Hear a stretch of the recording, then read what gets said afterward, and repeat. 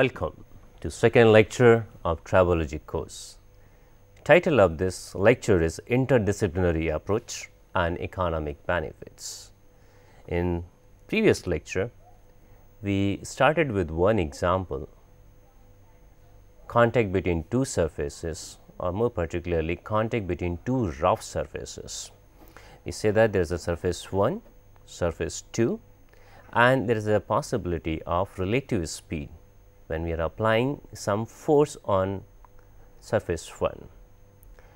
Due to this force, this component surface 1 will be pushed against the component 2 or surface 2.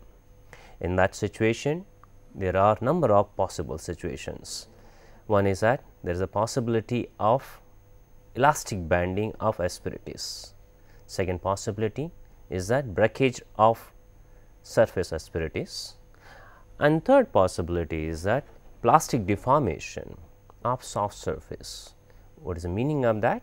If one surface is much softer compared to other surface, in that case harder surface will plow the soft surface, will cut number of grooves in soft surface.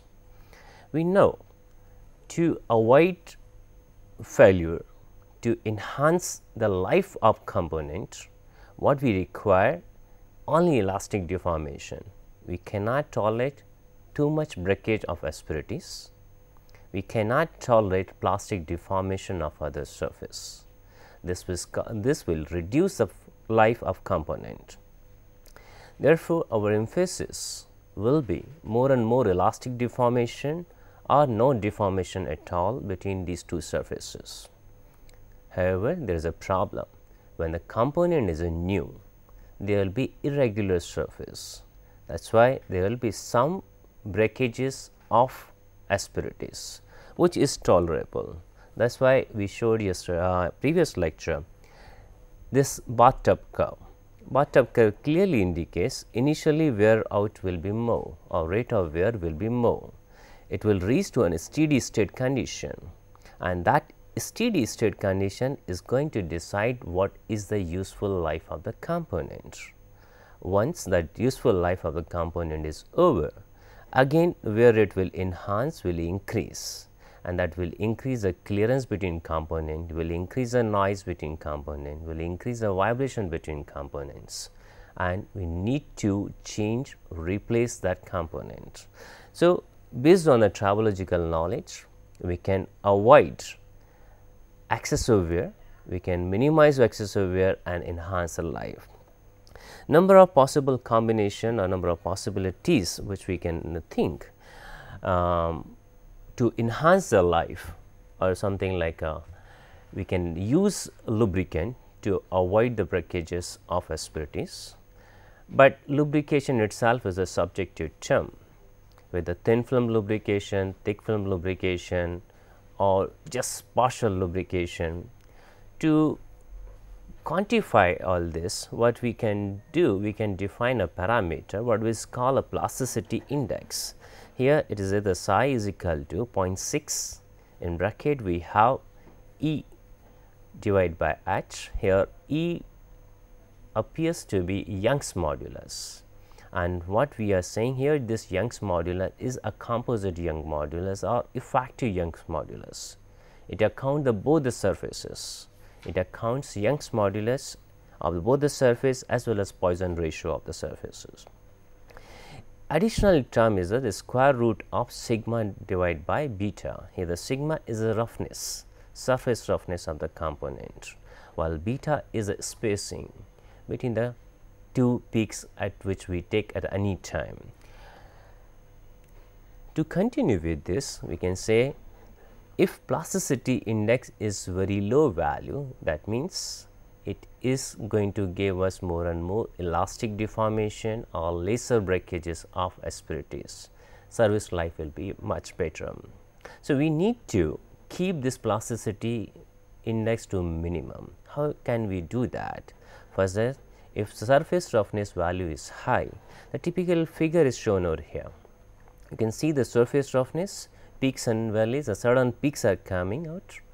that is harmful for the machine component. If this surface roughness is higher, naturally plasticity index will be high value, and because of the high value of plasticity index, there will be some sort of deformation on the surface that will lead to reduction in the service life. Then another one is Young's modulus. It's interesting to note that we are emphasizing on low Young's modulus. Low Young's modulus will reduce the plasticity index. In general mechanical engineering and other streams, generally we prefer high Young's modulus, but from topological application point of view, we prefer low Young's modulus. That's interesting thing. In addition, we have another parameter, that's a hardness. Higher hardness will always be preferable. If you want lesser wear rate, high hardness will be preferable, and high hardness also reduces the plasticity index. That means, if we are able to keep low plasticity index either by means of Young's modulus or hardness or surface roughness or any combination of this, that will be good option for us or to increase the life of component. One of the easiest method to that to achieve low plasticity index is use a third substance between two substances. Let us take this example. Here we are showing the force is pushing a one component. I am assuming this is a trolley, and there is another component over here. Maybe I am assuming there is a ground. We are trying to push trolley on this ground, and there is a carpet in between. If this carpet has some fibers, we know carpet fibers will be elastically deformed if there is a force by trolley, and elastic deformation of these fibers will not take too much force. They will be easily bent. As they are easily bendable, friction force on this will be much lesser, and wear will be almost negligible, and that is preferable for us. Now, coming to the mathematical term, we say generally we find a stress, linear stress, or we say uniaxial stress. That stress can be figured out or can be calculated, can be estimated by using force divided by area expression. Here area in this case is apparent area, which is generally used in mechanical engineering. But when we talk about the tribological components, we need to take only fraction of this area. We know very well whole area cannot be in intimate contact due to the asperities, and because of the asperities, effective area or real area will be much lesser. 99%, this area is lesser than 16% of total area. As a lesser than 16%, so I can say effective stress on the machine component will be almost 6 times compared to what we calculate with ordinary formula. There is a possibility of 6 times stress, or another one possibility is that if there is a high stress, stress is equivalent to the elastic limit, naturally the component of asperities will bend and will allow other asperities to come into picture. Or in other words, if the load is more and more asperities will come into contact, reduce the stress back to the stress elastic limit stress. That is a preferable, and maximum in that case if the whole area, whole real area is equivalent to apparent area, then in the situation we can say that can tolerate that much maximum force. Now, I can add one more sentence in that. You say the why we prefer elastic deformation of the asperities. Reason being that due to irregular surfaces or irregular surface where the peaks and valleys are there, if the peaks are bending easily and then they are getting filled one way or another way to the other irregular asperities, then it will provide us very smooth surface, it will provide us plane surface with much lesser irregularities, and that is what we really require from topological point of view. We can say that will provide us smooth ride.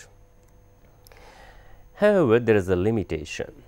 We know from fatigue point of view, if any component is elastically deformed again and again and again and again, there will be cyclic loading, it will experience cyclic loading, it will experience fatigue.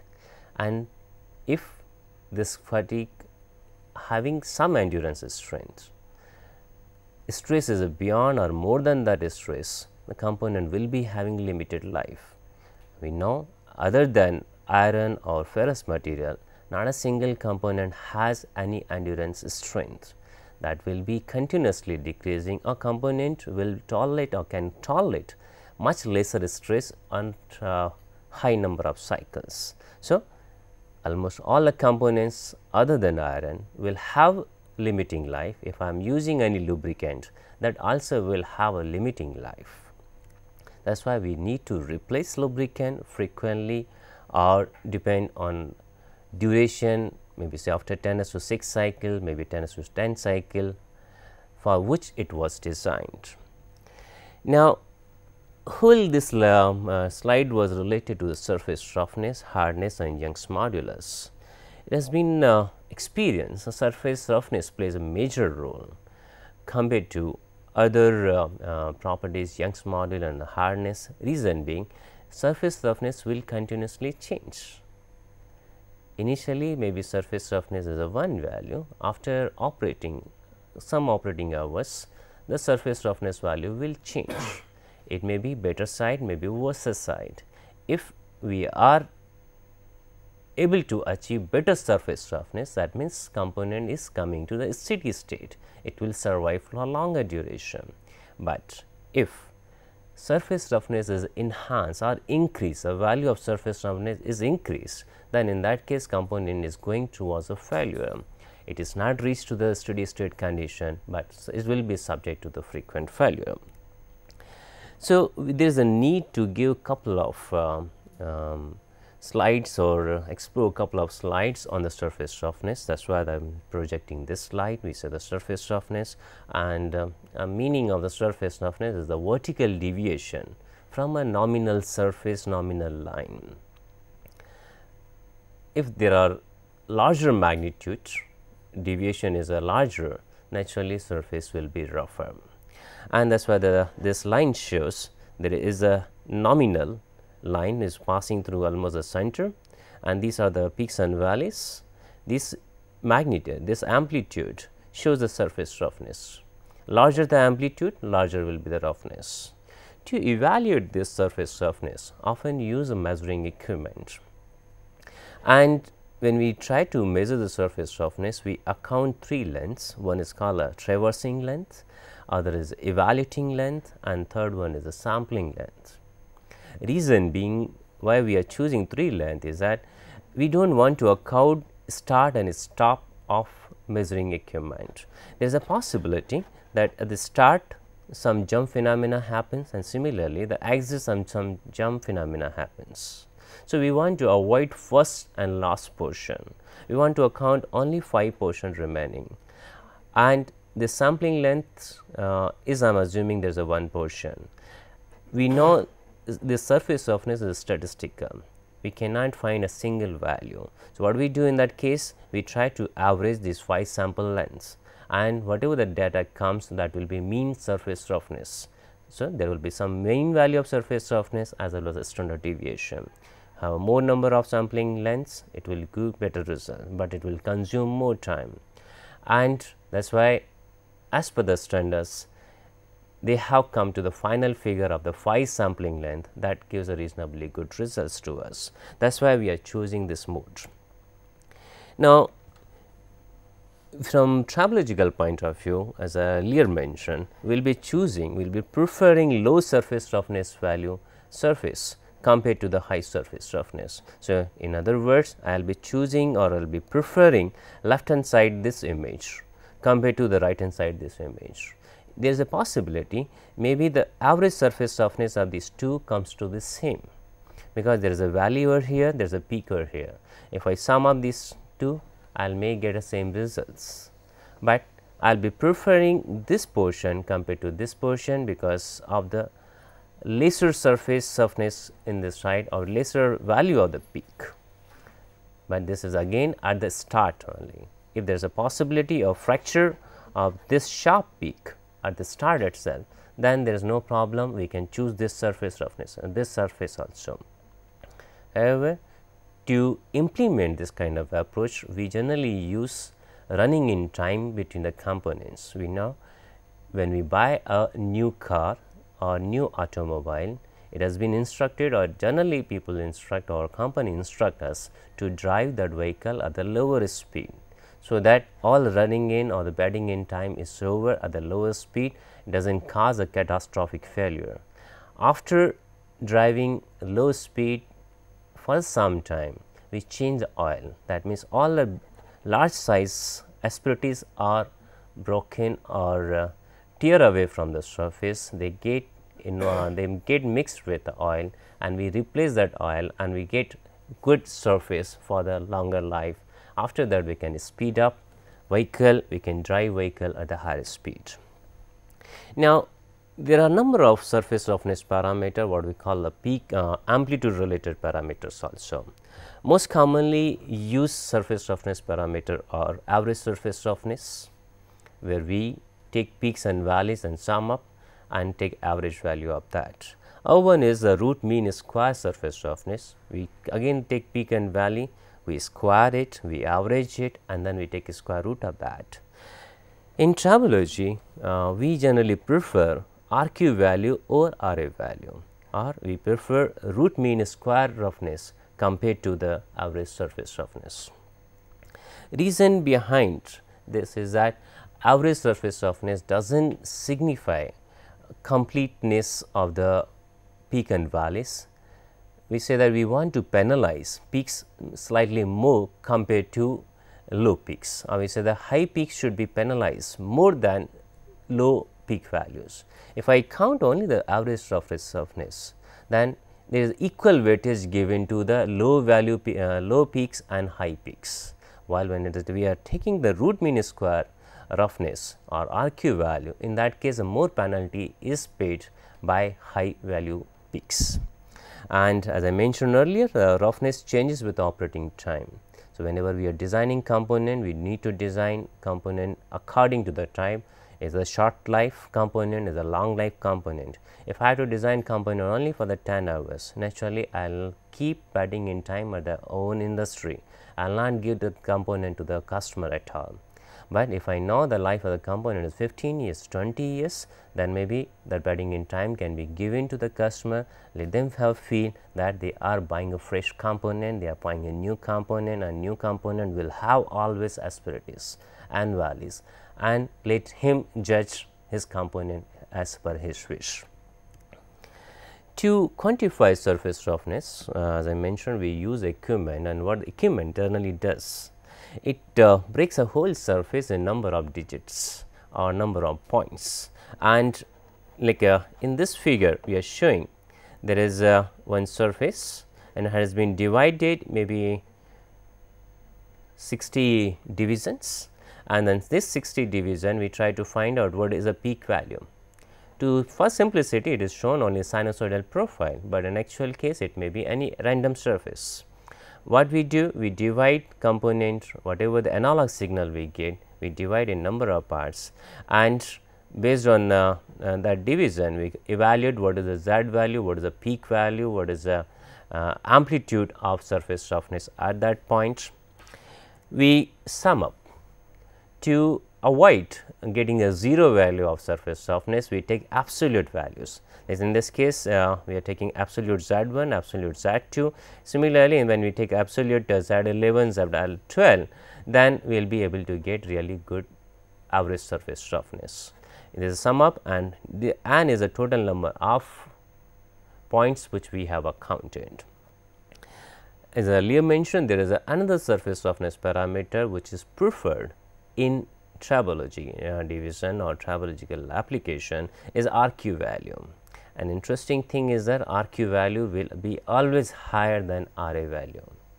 That is good for application point of view. We are taking more conservative approach, and as I mentioned earlier that we penalize peaks. So, if Z is lower, maybe say 1 unit, it is going to get only 1 unit, but if Z is 2 unit, result is going to be 4 units. So, the more penalty is paid. If Z is 3 units, Z square will turn out to be 9 units. So, much higher penalty on that. That is the reason why RQ value is preferred or RA value. It gives much more meaningful result from topological application point of view. Now, we have studied RA and RQ values. Let us say which surface will be preferred and why we are choosing RQ. As I mentioned earlier, there is a penalty, more penalty on the high peaks, particularly in RQ value. Let us see that this example. There is a one surface, there is another surface. Now, I am trying to find out RA value and RQ value for this surface as well as this surface. What I find RA value is a 0.25 microns in this example. Similarly, RA value 0.25 in this example. However, this has a number of values. Now, coming to the RQ value, in this case RQ value is 0.58, while in this case RQ value is 0.37. So, what we are saying, whatever we were planning to give more penalty to high peak value, that is being imposed on this. So, we can say based on RQ, high RQ value, this bearing surface or this surface is bad surface, or this surface is good surface, and again these are only comparative terms, they are not absolute terms. I am saying that this surface or this portion, right hand side portion, is better than left hand side portion. You are not saying an absolute this is the best, much better values can be obtained, right. So, I can conclude on based on this diagram, is based on lower value of RQ, second surface, right hand side surface will perform better than first surface. However, there is another clue about this surface. You can see there are valleys. Many times we say these valleys are helpful to us as a storage of lubricant. If I supply lubricant, that will get dumped in these valleys. So, it will provide me a storage space. I do not have to keep larger clearance between two surfaces to keep lubricant firm. If the lubricant can be stored in this valleys, it is more like I am getting a natural resource in a surface itself. So, that will give me a good results. In addition, this kind of surface is preferred from wear point of view. We when one surface wears out the other against the other surface, there will be some generation of particles, and if these particles come between two surfaces, they will reduce area of contact, real area of contact.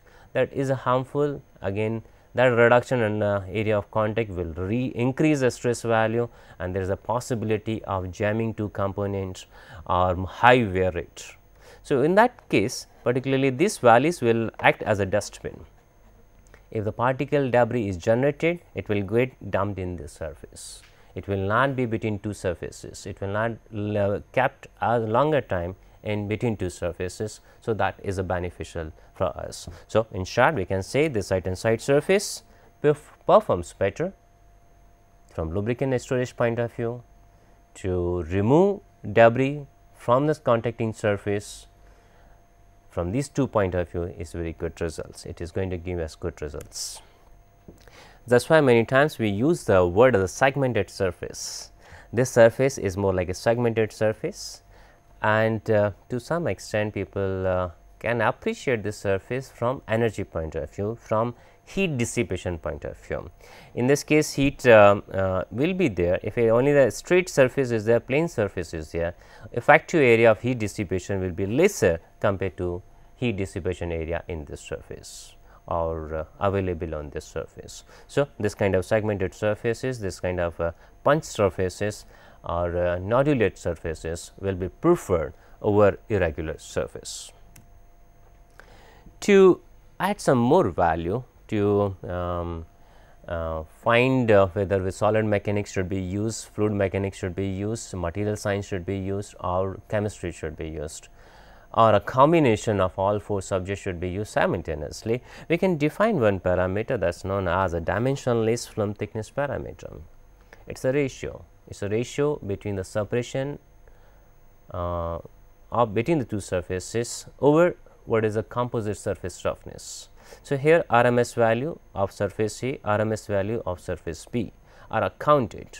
So, if RMS value of any one surface is higher, then overall this thickness ratio or is a dimensionless film parameter or lambda will be lesser. To increase this lambda value, we need to increase separation between two surfaces. That means, if we are providing the lubricant layer between two surfaces, or we are providing some soft material between two surfaces or some powdery material between two surfaces, that is going to increase this capital lambda value. If the capital lambda value is higher, then operating mechanism will be different and overall result may be in favor of kind site. So, we generally divide in 4 domain the complete lubrication mechanism in a 4 domain. We say that the lubricant is negligible. That means, there is hardly any film thickness between two surfaces. In that case, capital lambda will be lesser than 1. That means, surface roughness is a higher value compared to film thickness. However, if we are providing some lubricant, partial lubrication, then this value will turn out to be lesser than 3, but greater than 1. If we are providing thick film lubrication, it will be lambda will be greater than 5. So, what we can say in that case this is a hydrodynamic lubrication, there will not be any contact and life of the interacting surfaces, contacting surfaces will be infinity. There will not be any wear, there will be only friction, and we are saying that because of wear component has a restricted life. However, there is a possibility intermediate stage where the lambda is greater than 3, but lesser than 5. In this view particularly, there will not be any asperative contact, but there will be elastic deformation of asperities. While in earlier case, hydrodynamic case, there was no deformation of surface at all, no deformation of asperities also. While in this case, deformation of surface is accounted, which is a more natural phenomena. We have so many bone joints in our body, and almost all the joints work on elastohydrolytic lubrication mechanism. Even the gears, bearings, cam and follower, they work on elastohydrolytic lubrication mechanism. That is a most economic tribopair for us. To give more insight about this, we can plot one Sommerfeld number, what we call as where the viscosity of the lubricant is accounted, relative speed between two components is accounted, and pressurized apparent pressure which is applied on the surface is accounted. We are using the word here apparent pressure because it is not real pressure may be greater than this apparent pressure. In this case, we are directly using the word force divided by area, which is apparent pressure. In real case, it will be force divided by real area, and the pressure may be 6 times or 7 times more than apparent pressure. Now, when we plot coefficient of friction with this Sommerfeld number, what we find when the Sommerfeld number is low, coefficient of friction is high, and that is signifies a boundary lubrication. Boundary lubrication coefficient of friction is relatively high. However, there is a lot of discussion keep going on this circuit, whether they really initially coefficient of friction may be that low. That is difficult to achieve because we cannot achieve 0 speed whenever there is a 0 speed or 0 viscosity or infinite pressure, we cannot get any result. So, that is why there is a always possibility to leave a slight gap between this and y axis or the coefficient of friction axis. Now, this figure shows as a Sommerfeld number is increasing, which may increase due to the apparent viscosity, maybe speed or reduction in the pressure, any one parameter or a combination of all 3 parameters. The coefficient of friction is going to decrease. It reaches to the bottom the minimum value, and after that again increases. So, we are always targeting, if we want to design a tribopair, if we want to design a machine component, we should prefer this lower portion, where the coefficient of friction is a minimum. That should be our target, and if it is not achievable, then we may negotiate with the hydrodynamic lubrication or to some extent mixed lubrication mechanism, depend on the operating condition, depend on the device for which we are working. Now, if I see the wear behavior,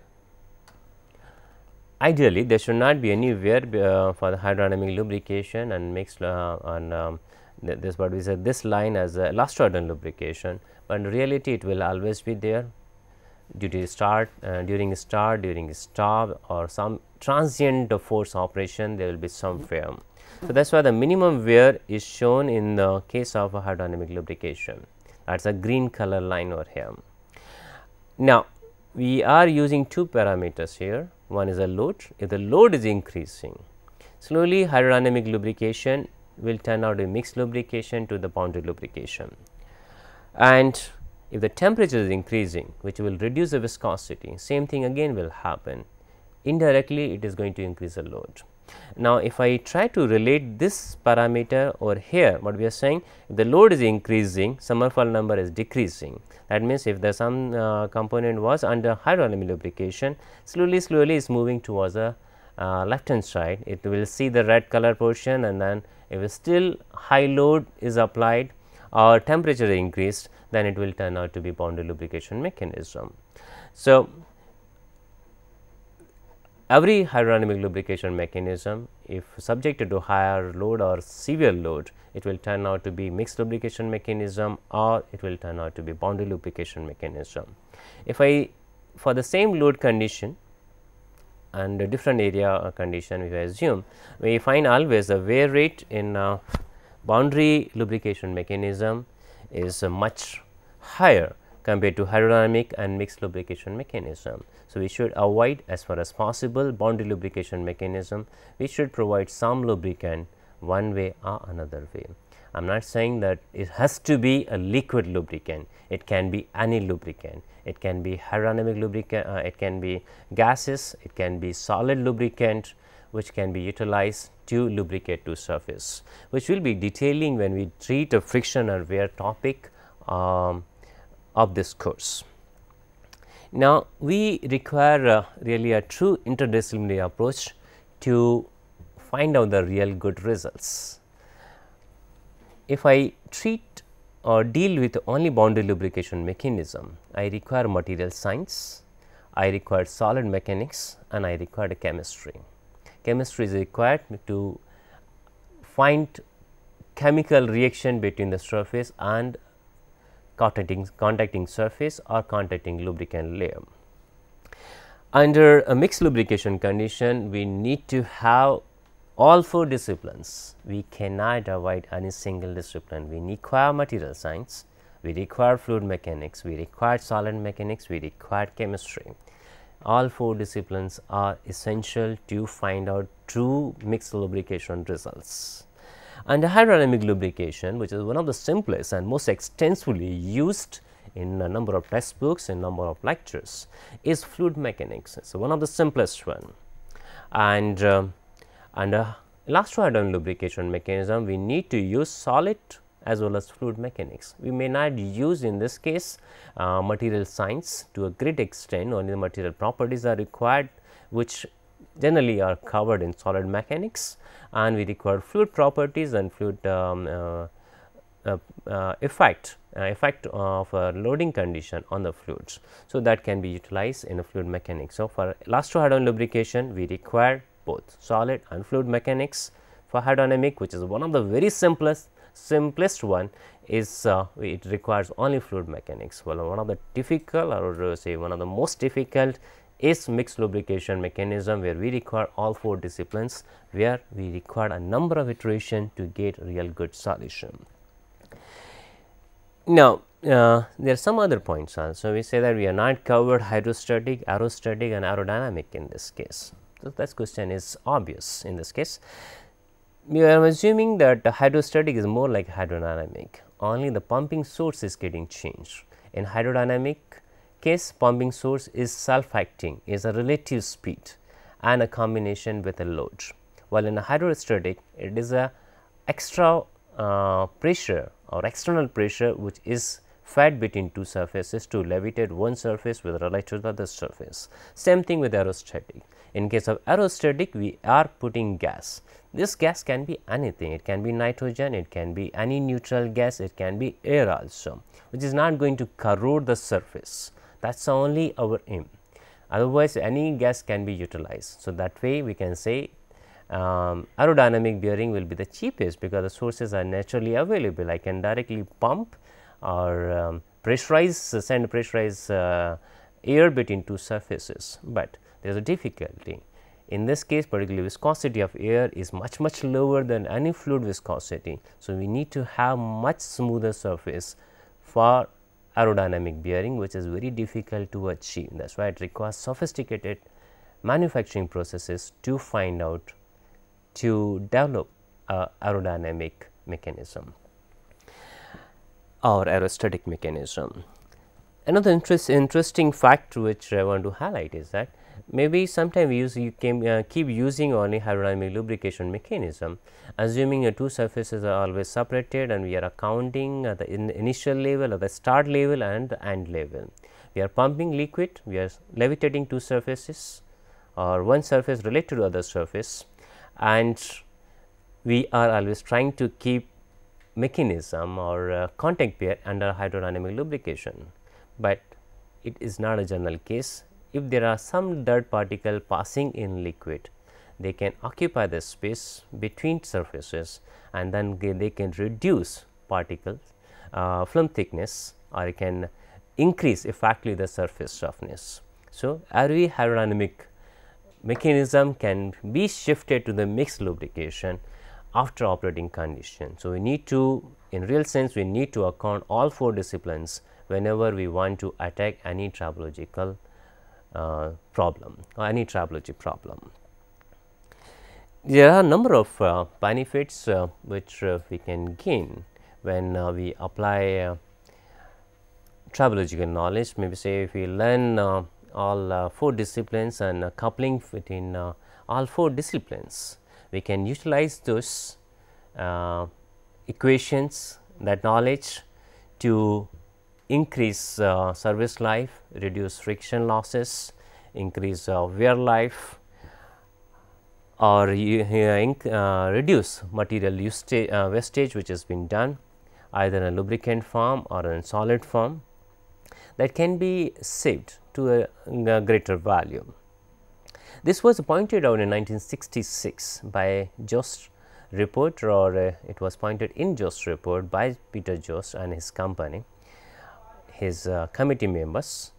He pointed out that we can save, UK government can save 515 million pounds per year just by implementing tribology knowledge in UK industries, to avoid breakages between the components, to reduce downtime, to reduce inventory cost. He could calculate 515 million in 1966. We know number of machines have increased now drastically compared to 1966. There are many new machines have come up, much more sophisticated machine where the earlier tribology was not required, but now it is required. So, if you count those many applications, we can save a lot of money, we can save a lot of money for our nation, and that can be used for some other good purposes compared to just getting wasted in tribological components.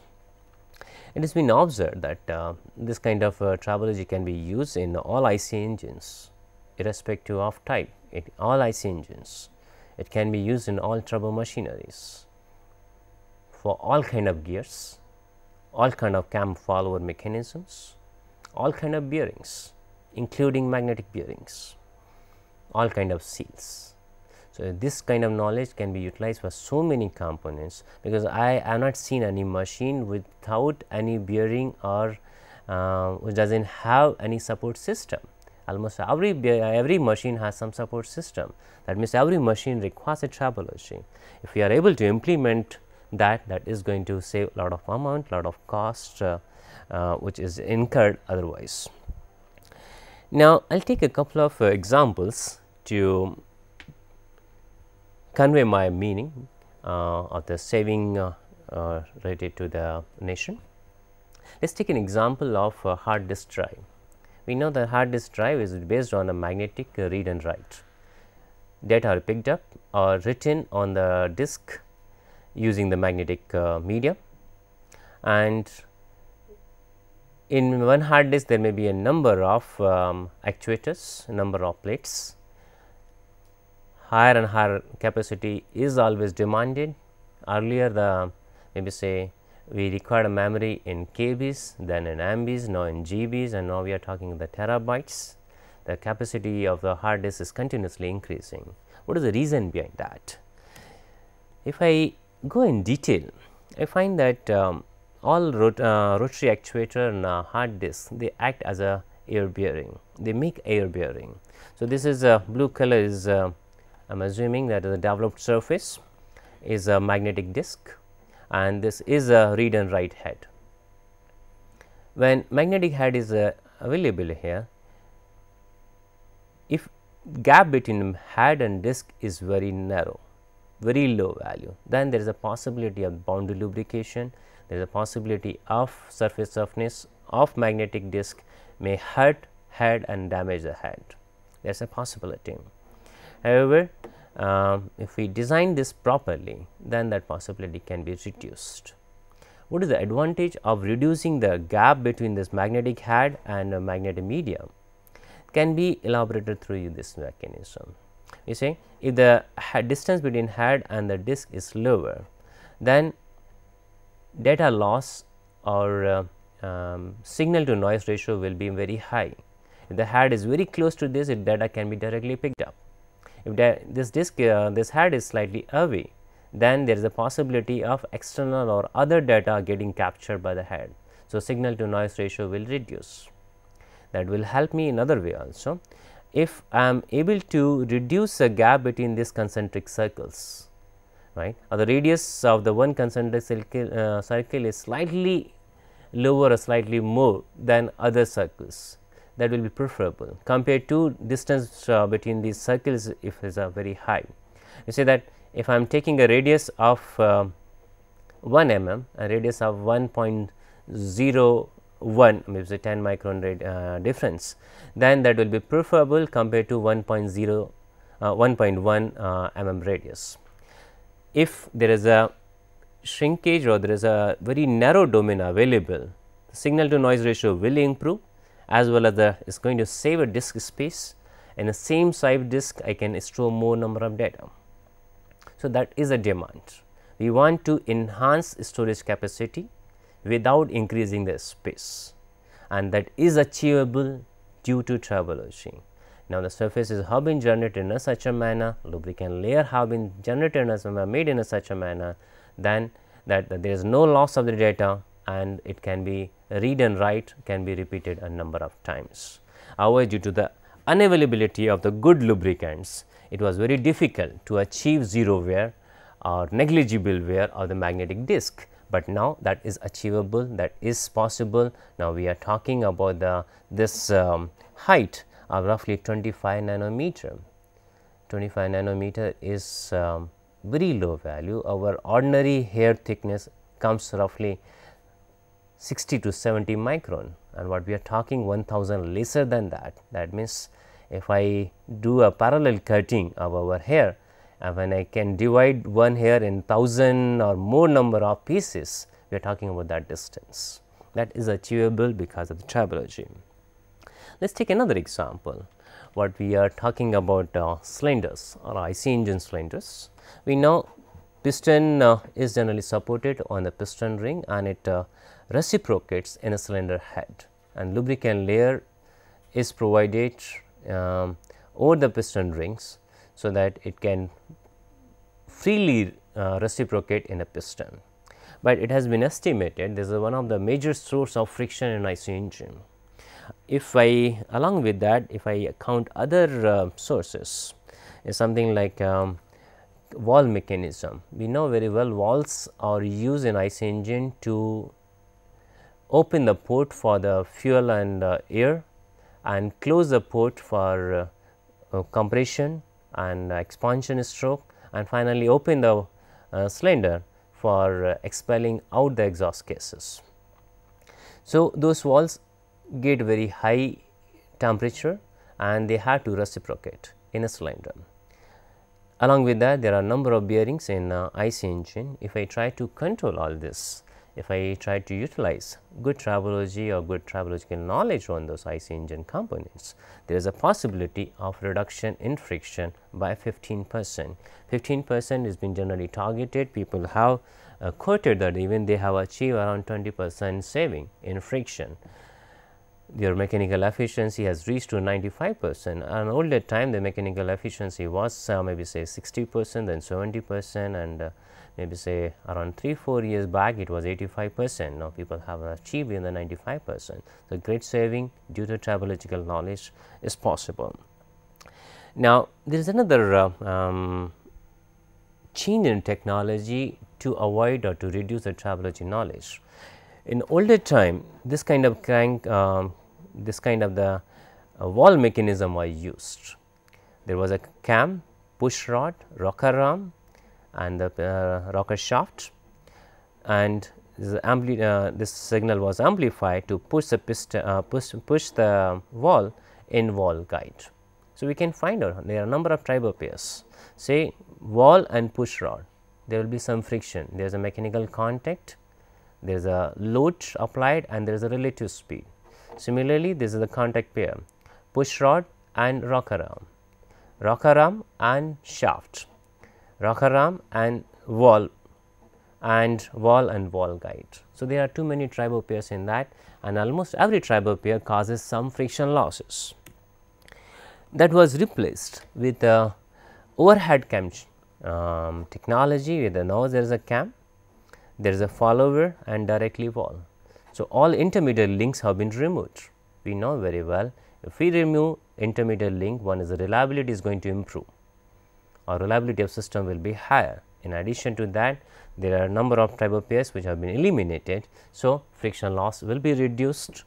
However, there was only one problem, how to use or how to carry lubricant from crankcase to the camshaft.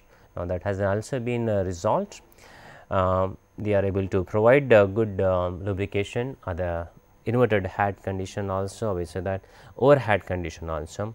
So, if we implement all this condition, if we implement all this mechanism, there is a huge saving, and a rough estimation says that number of vehicles in the world are more than 700 millions. If I count power range of all the vehicles, I can find out average value will be roughly 30 HP by one motor vehicle, which is on lower side, which is more on conservative side. We are doing a rough estimation, and in worst to worst case, if I assume we are able to save 2% of that energy using tribological knowledge, what we are going to achieve is something like a 420 million HP. That is a huge saving. That means, even the delta improvement on a tribological level is going to help us drastically. So, we should implement, we should learn tribology, we should learn how to apply this tribology in couple of applications. Once we learn that application, how to implement for a couple of applications, we can enhance, we can say enlarge our domain for other applications. The tribology or biotribology is one of the coming up area, and people have worked, they have really designed good prosthetic joints based on tribological knowledge, and they are able to achieve joint efficiency as well as a life up to 20 years. Let us take another example. This bearing example is related to the roller bearing, is a multi-row roller bearing, and it failed due to misalignment, due to wrong mounting, or due to wrong impression of the mounting. Maybe the person who mounted, he was not knowledgeable how to mount it, and in hurry up for the faster work, he mounted this bearing, and this bearing failed within 100 hours. There were two bearings, and one bearing failed in 100 hours, other bearing failed in 300 hours, while estimated life of this bearing was roughly 40,000 hours. So, where is the percentage? 100 hours versus 40,000 hours.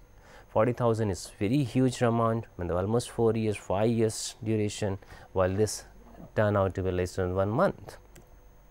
Now, this kind of bearings are very common. These bearings are common in the steel industry, and we know almost every industry uses a bearing. So, I am just taking only this one example, and when we estimate it, all iron and steel industry, they devote or maybe they keep some money for bearing replacement, bearing purchase, kept in inventory. Whenever there is a bearing failure, they just simply replace without really going through, without diagnosing properly. So, they keep generally 3 to 5 millions for maintenance and replacement of the bearings. That is a huge amount. And roughly in India, we have 10 plus this kind of industry, and I am targeting, if I am thinking that at least 10 industries, I am leaving all other part, these industries are able to save this much money, that will be very helpful to us. And you say that worst to worst, if I am able to save 10% of the bearing life. As per my understanding, bearings are mostly fail because of the mounting, because of the maintenance problem. If that can be avoided, or I am just saying the rough estimation 10% can be avoided, let it keep a 90% same. Even in that case, we are going to save roughly 3 to 5 millions per year, just based on 10 iron and steel industry. If I am counting all other, if I start counting other bearing industries or other industries where the bearings are used, naturally saving will be huge. In short, I want to conclude with this slide. It says that rough estimation say we can save energy, we can save material, and if I talk in rupees, I talk in monetary point of view, we say that we can save almost 1 to 1.5% of GNP. Our GNP, Indian GNP was a $3.4 trillion. So, what we are talking about, roughly the 1500 million rupees can be saved by implementing right tribological knowledge. However, there is always a problem. People say not all efforts will be always successful. So, I agree with that. You said maybe assuming only 50% efforts are success and 50% efforts are not successful. We are wasting half of money in just putting efforts. We are not getting returns, but only half money which we put, that we are getting returns. So, even in that case, saving will be huge. Is a significant amount of the saving we are going to achieve if we implement tribological knowledge. Thank you for your attention, and we will be covering friction topic in our next lecture.